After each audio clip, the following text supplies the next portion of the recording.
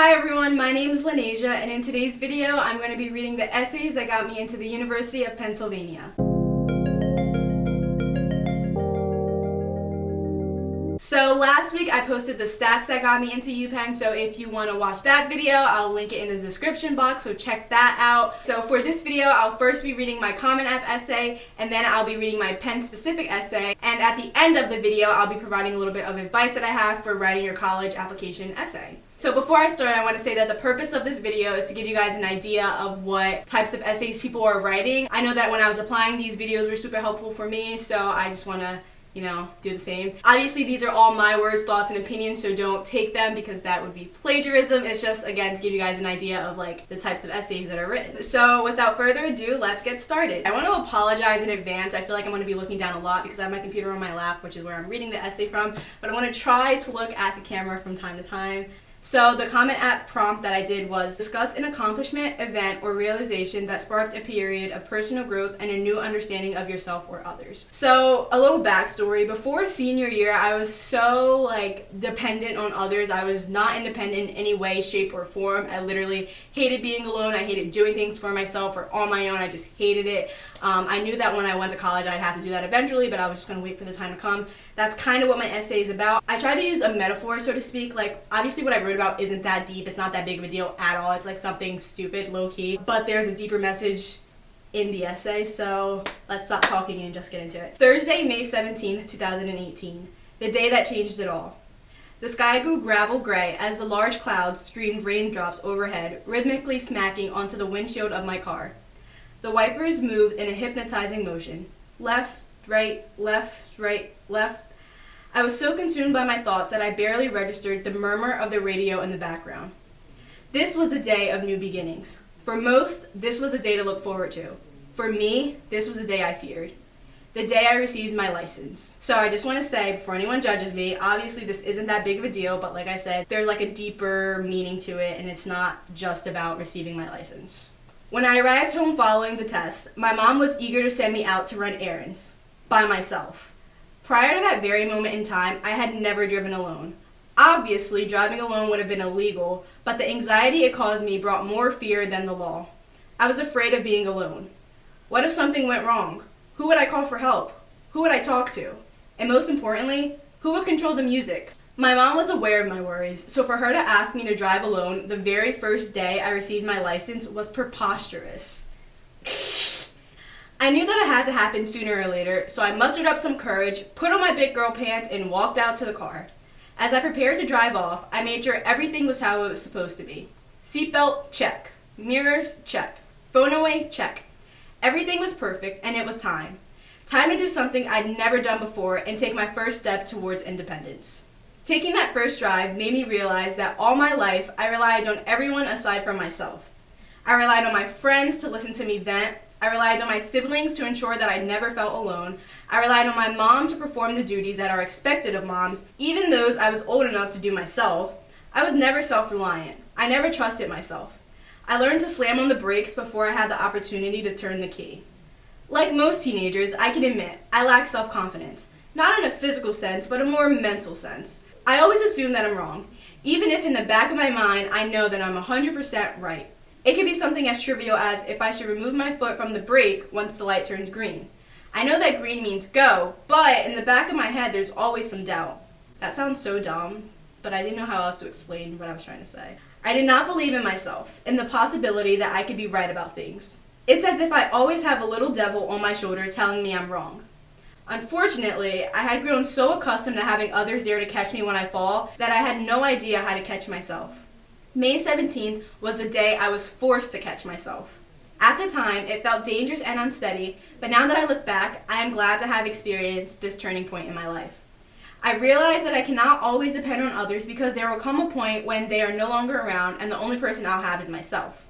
With that mindset, I began doing more and more things on my own that I never imagined I could do. I drive alone regularly, cook, do laundry, and shop for myself. That sounds a little extreme, but whatever. I've gained confidence and learned to trust myself more. Eventually, I began to actually enjoy doing things on my own. I felt accomplished. I realized that I'm capable of doing these things for myself if I just believe and take chances. Day by day, I am gradually pressing down on the gas on the road to independence and self-confidence. So that's my essay. Reading it is so weird because I obviously don't write like this anymore, and it's just ugh.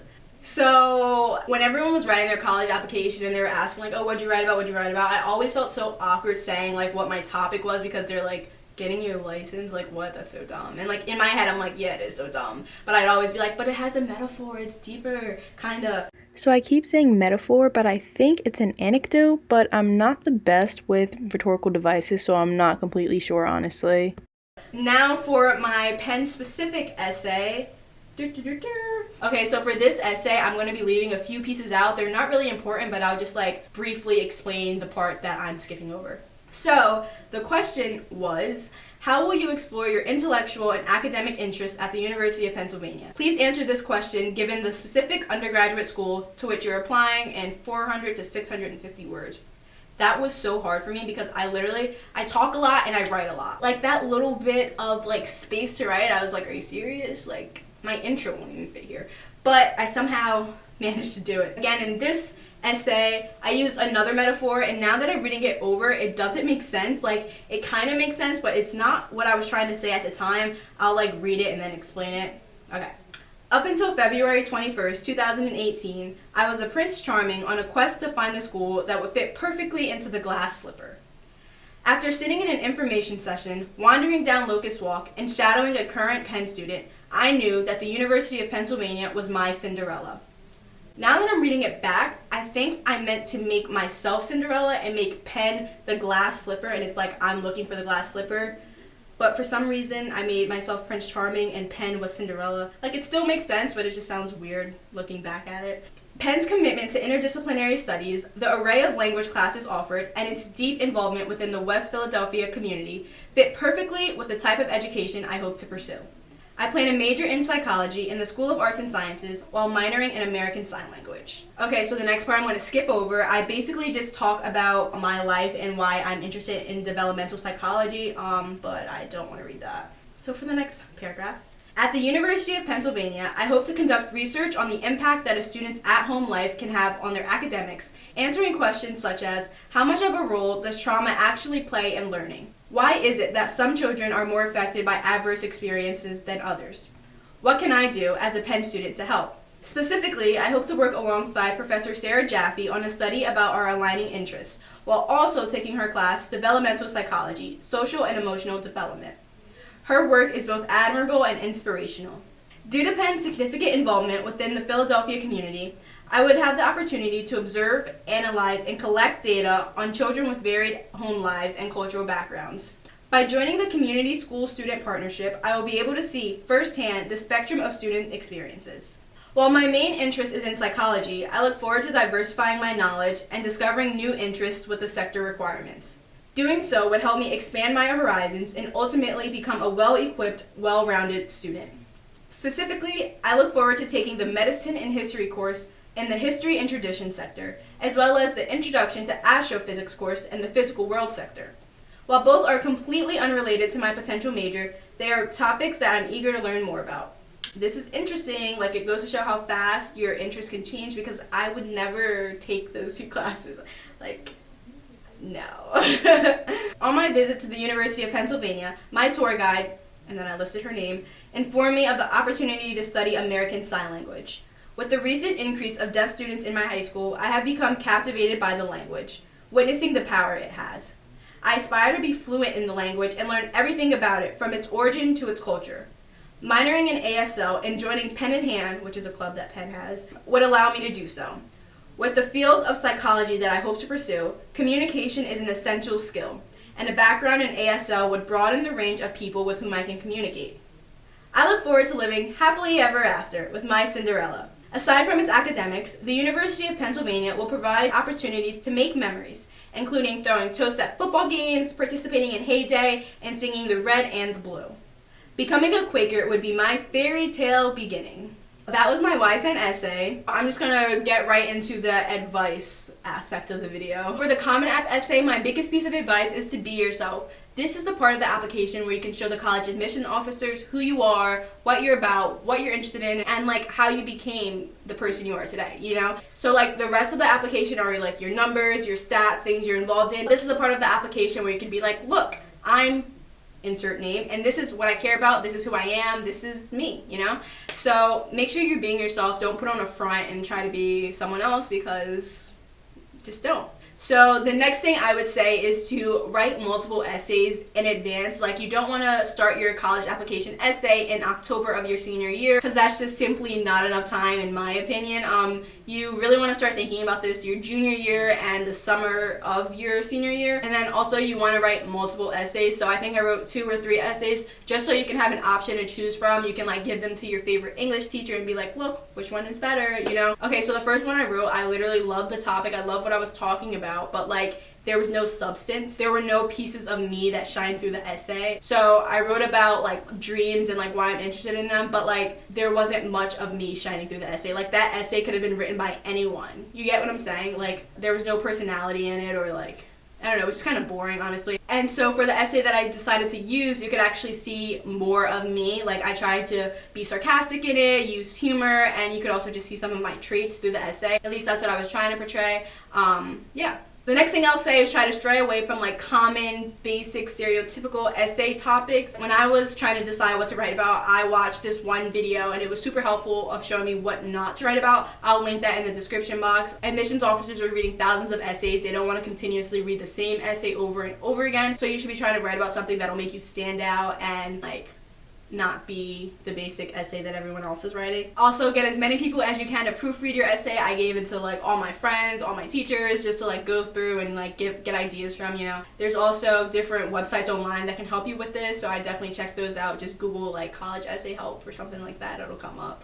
Okay, so for the Penn Specific essay, or whatever college specific essay, like this applies to you as well, my biggest piece of advice is to do your research. This is the part of the application where you want to show the admissions officers all the stuff you know about the school and all the reasons why you love the school. Yeah, you should be writing about you, but this part of the application should also be about the school. So this is the part where you want to like do your research, look up different faculty you're interested in working with, or like classes you want to take with them, look up specific classes, look up clubs you want to be in, or like things that the school has that you want to do, so like study abroad programs, other types of programs the school has. Like you want to put all that in this essay and be as specific as possible. So in my essay, I name dropped a professor that I want to work with, classes that I'm interested in, clubs that I'm interested in, programs that I'm interested in. So this shows like the fact that you took your time to look up all this stuff about the school shows that you are really interested in it and you want to be here, and you should be there. So do your research. This is actually funny because when I was picking my schedule for next semester, I came across this one professor and I was like,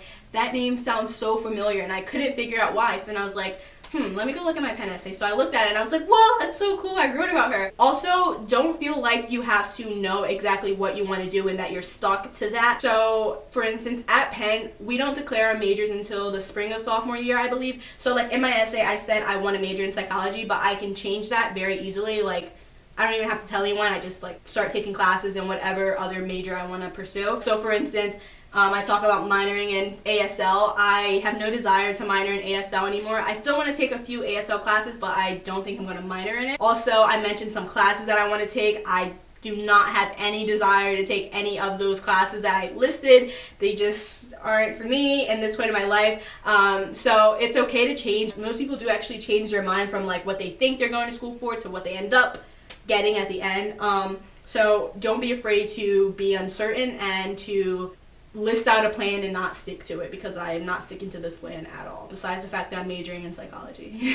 So my next piece of advice, I kind of went over this already, is to let your personality shine through in your essay. You don't want it to be a standard research-like paper that's very cut and dry and boring. Like, no one wants to sit through and read something like standard and boring. Like, you want to make your essay interesting and like show you, and be funny if you're funny, or quirky. I can't say that word. Quirky if you're quirky. Like, it'll make the admissions officer's experience more fun while reading your essay instead of just like, oh, another essay. You know what I mean? Especially if it's funny. Like, they like a good laugh, I'm assuming. Another piece of advice is to try to go about writing your essay from like a cool angle. So like, I don't know if this was cool. It was cool in my opinion. I don't know if it was cool to you guys or the admissions officers. So, for instance, I used the metaphor of Cinderella and Prince Charming and the glass slipper to illustrate my love for Penn and why I wanted to be at Penn. Instead of just saying, Penn is good for me because it has this, this, and this. The end. You know what I'm saying? Like, I'm sure that works also, but just try to be creative and go about it in different angles. This also applies to, like, my Common App essay. Instead of just saying, like, I am not very independent. I probably should be independent. Here is what I'm doing to be more independent. I, like, kind of used this small, minute story that is not very important at all and made it about something else. So if you can do that, try to do something like that. Obviously not like with being independent, like whatever applies to you, whatever your story is, try to showcase it in your essay. Overall, my biggest piece of advice is to be yourself and to do your research. Okay guys, so that is it for this video. I hope it was helpful in some way, shape, or form and gave you insight into what college essays look like. Again, these were just my essays. There's thousands and thousands of other essay videos out there and thousands of ways to write your essay. Take what I'm saying with a grain of salt, I would say. Obviously, I am no college counselor. What I'm saying is just like my opinions and things that I've experienced, so I hope it's helpful. If you guys like this video, be sure to give it a thumbs up and subscribe if you enjoy these types of college life videos. I'll see you guys in my next video. Bye!